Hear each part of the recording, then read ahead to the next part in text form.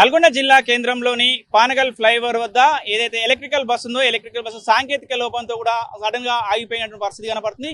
ఎప్పుడైతే సాంకేతిక లోపంతో ఆర్టీసీ బస్సు ఆగిపోవడంతో మొత్తం ట్రాఫిక్ మొత్తం కూడా జామ్ అయినటువంటి పరిస్థితి కనపడుతుంది. మొత్తం కిలోమీటర్ల వరకు కూడా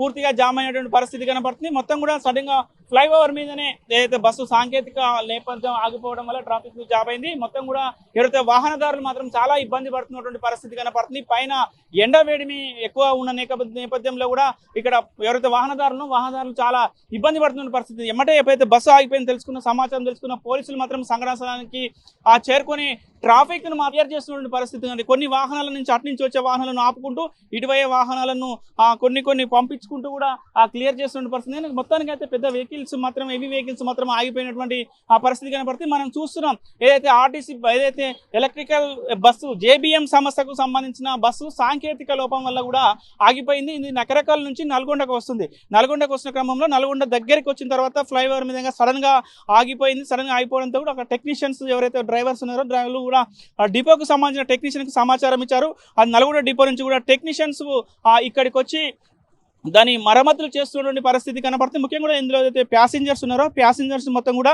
వేరే ఆర్టీసీ బస్సులు ఎక్కించి కూడా వాళ్ళందరినీ కూడా పంపించినటువంటి పరిస్థితి కనపడుతుంది. మరికొద్ది సమయం పట్టే అవకాశం ఉందని కూడా చెప్తున్నారు. దీనికి సంబంధించిన టెక్నీషియన్ వచ్చారు. టెక్నీషియన్స్ దానికి సంబంధించిన ఒక పార్ట్ మాత్రం తీసుకువెళ్లారు. ఆ పార్ట్ వచ్చిన తర్వాతనే బస్సు ఇక్కడ నుంచి కదిలే అవకాశం ఉంది. ఆ బస్సు కదిలేంత వరకు కూడా ట్రాఫిక్ మాత్రము జామ్ అయ్యే పరిస్థితి కనపడుతుంది. మనం విజువల్లో కూడా చూస్తున్నాం. మొత్తం దీనికి సంబంధించి ఎలక్ట్రికల్ బస్సు ఆగిపోవడంతో మొత్తం దీనికి సంబంధించిన విజువల్స్ కూడా చూస్తున్నాం. మనం ఆర్టీవీ స్క్రీన్ మీద కూడా విజువల్స్ చూస్తున్నాం. ఏదైతే జేబీఎం సంస్థకు సంబంధించిన దీనికి సంబంధించిన టెక్నికల్ రావడం ఆగిపోవడం, దీనికి సంబంధించిన నల్గొండ నుంచి ఉన్నటువంటి డిపోకి సంబంధించిన టెక్నీషియన్స్ కూడా ఇక్కడికి వచ్చి దాన్ని రిపేర్ చేస్తున్న విజువల్స్ కూడా మనం ఆర్టీవీ స్క్రీన్ మీద చూస్తున్నాం. ఒకసారి మాట్లాడించే ప్రయత్నం చేద్దాం. ఏం చెప్తారో చూద్దాం.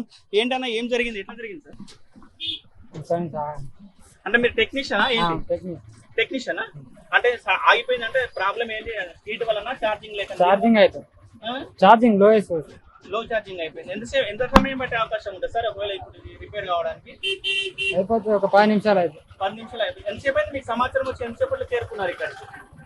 సార్ అడుగు రైట్. దీనికి సంబంధించిన టెక్నీషియన్స్ ఉన్నారు. టెక్నీషియన్స్ రిపేర్ చేస్తున్న పరిస్థితి ఉంది. కొంచెం సాంకేతిక నేపథ్యంలో ఆగిపోయిందని కూడా చెప్తున్నారు. ఒక 10-15 నిమిషాల్లో కూడా మొత్తం కూడా బస్సు మళ్ళీ ఇది ఓకే అవుతుందని చెప్తున్నారు. మనం విజువల్ కూడా చూస్తాం. మొత్తం కూడా బస్సులు మొత్తము ఆగిపోయినటువంటి పరిస్థితి కనపడుతుంది. మొత్తం పోలీసులు దీనికి సంబంధించిన లైన్ క్లియర్ చేస్తున్నటువంటి పరిస్థితి. కానీ పైన ఎండవేడి ఎక్కువ ఉండడంతో కూడా మధ్యాహ్నం వేళ కావడం, అందరూ ఇళ్లకు వెళ్లే సమయంలో కూడా ట్రాఫిక్ జామ్ కావడం కూడా పూర్తిగా జామ్ అయినటువంటి పరిస్థితి కనపడుతుంది. ఎలక్ట్రికల్ బస్సులు ఉన్నాయి. ఎలక్ట్రికల్ బస్సులు అక్కడక్కడ కూడా ఇలాంటి సాంకేతిక సమస్యలతో ఆగిపోతున్నాయని కూడా పలువురు చెప్తున్న పరిస్థితి. ఏది ఏమైనా కూడా ఇలాంటి సాంకేతిక సమస్యలు రాకుండా చూసుకోవాల్సిన బాధ్యత అధికారులపై కూడా ఉందని కూడా పలువురు చెప్తున్నటువంటి పరిస్థితి కనపడుతుంది. వీడియో జర్నలిస్ట్ కృష్ణతో అచ్యుత్, RTV నల్గొండ.